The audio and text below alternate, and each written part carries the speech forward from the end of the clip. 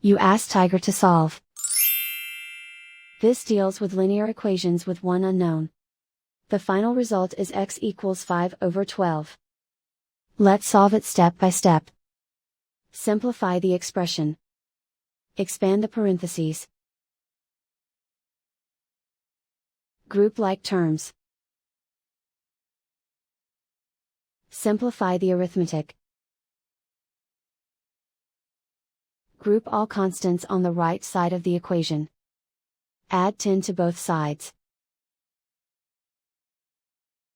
Simplify the arithmetic.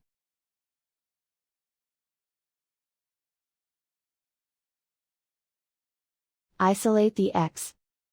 Divide both sides by 24. Simplify the fraction.